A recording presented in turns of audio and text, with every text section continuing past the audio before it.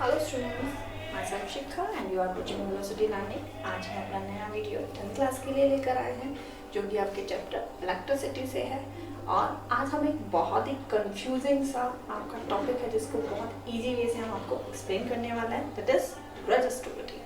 Resistance और resistivity में जब आपके न्यूमेरिकल्स आते हैं तो मोस्टली बच्चों को प्रॉब्लम आती है, या जब हम उसकी डेफिनेशन लिखते हैं तब बच्चों को थोड़ा सा प्रॉब्लम फेस करते हैं कि मैम लगता है कि ये थोड़ा सा पॉइंट है जो क्लियर नहीं हो रहा है, रेजिस्टेंस और रेजिस्टिविटी में क्या डिफरेंस है।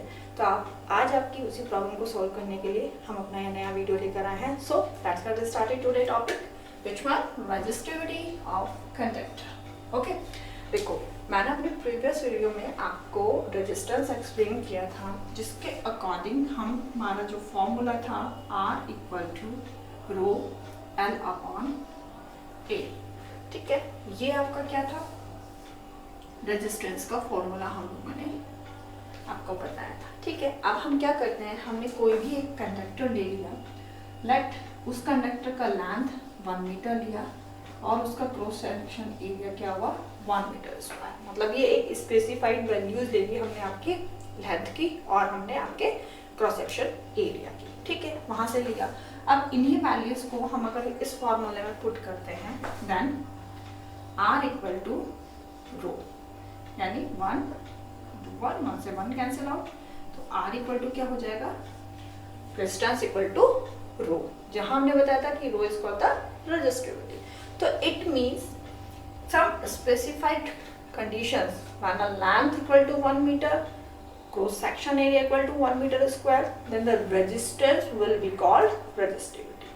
तो एक तरीके से रेजिस्टिविटी को हम स्पेसिफिक रेजिस्टेंस भी बोल सकते हैं, कोई डिफरेंस नहीं है, केवल कुछ सिचुएशंस है रेजिस्टेंस आल्सो है रेजिस्टिविटी।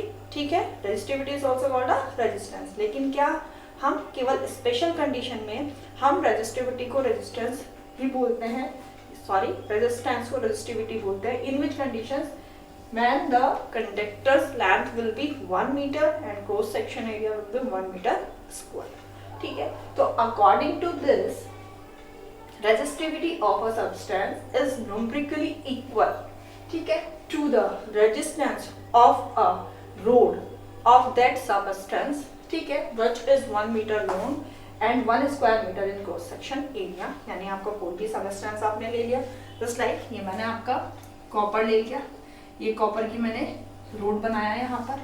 ठीक है, तो इस कॉपर रोड की अगर मैं बात करूँ कि जब ये कॉपर रोड जो होगी इसकी जो लेंथ है वो कितने लोगे आप 1 मीटर, और ये जो क्रॉस सेक्शन है ये 1 मीटर स्क्वायर, तो that in this time resistance will be called resistivity. ठीक है, जब specific values of length and आपका cross section area, simple, length 1 metre हो, क्रॉस सेक्शन एरिया का वैल्यू 1 मीटर स्क्वायर हो, in this condition resistance will be called resistivity. Okay, clear, ये चीज हुई। तो केवल स्पेसिफिक रेजिस्टेंस और ये रेजिस्टिविटी दोनों एक ही बात होती है, we can say just like that.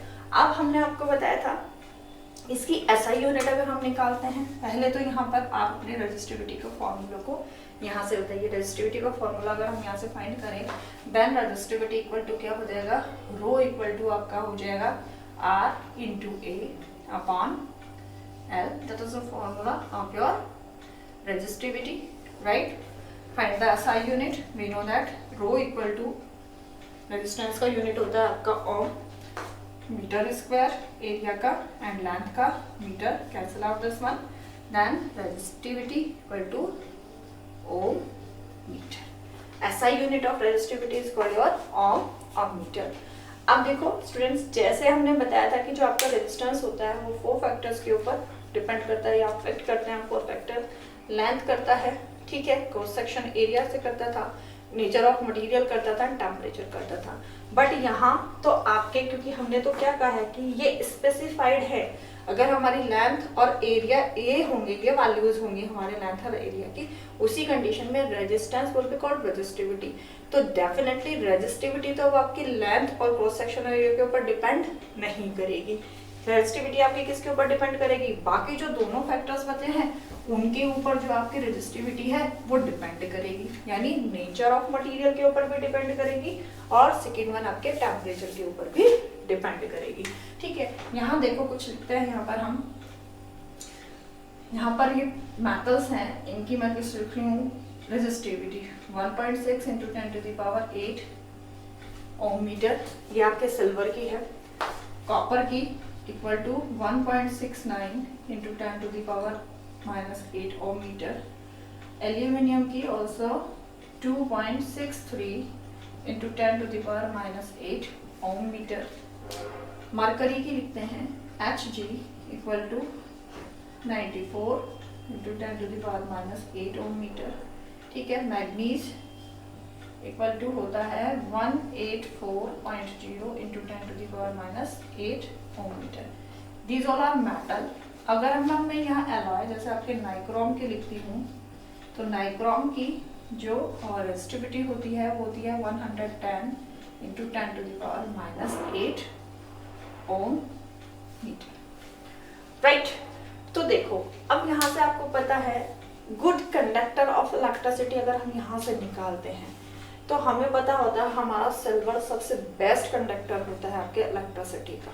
ठीक है, अगर नीचे आते चले जाते हैं तो उनकी कंडक्टिविटी जो होती है वो डिक्रीज होती चली जाती है।